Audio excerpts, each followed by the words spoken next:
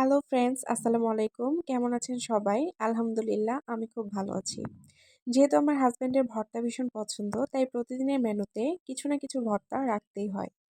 আজকে আমি একটা মিক্সড ভর্তা করে ফেলেছি। তো এই ভর্তার জন্য আমি একটা বেগুন, একটি টমেটো ও ২টি মাঝারি সাইজের আলু নিয়ে নিয়েছি।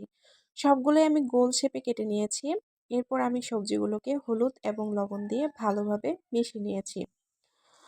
তো চুলোয় একটা কড়াই বসিয়ে এখানে কিছুটা সর্ষের তেল দিয়ে দিচ্ছি এবং প্রথমে আমি ৬ থেকে ৭টা লাল মরিচ ভালোভাবে ভেজে তুলে রাখবো। আমি মরিচটা গোটা সহ নিয়েছি। গোটা ছাড়িয়ে ভাজলে মরিচের ভেতরে তেল ঢুকবে, মরিচটা মুচমুচে থাকবে না। এরপর আমি বেগুন, টমেটো ও আলুটাকে কড়াইয়ে দিয়ে হালকা আঁচে উল্টে পাল্টে ভেজে নেব। এখানে আমি ৪ থেকে ৫ কোয়া রসুনও অ্যাড করে দিয়েছি।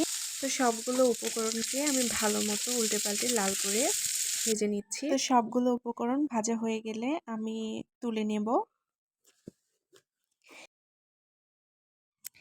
এরপরে নিয়ে নিয়েছি একটি পেঁয়াজ কুচি। পেঁয়াজের সাথে নিয়ে নেব ভেজে রাখা লাল মরিচগুলো।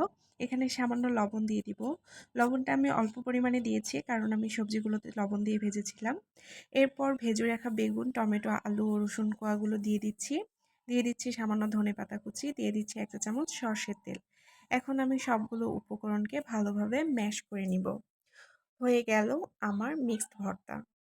এই ভর্তাটা অসম্ভব মজার ছিল। আপনারা অবশ্যই একবার ট্রাই করে দেখবেন।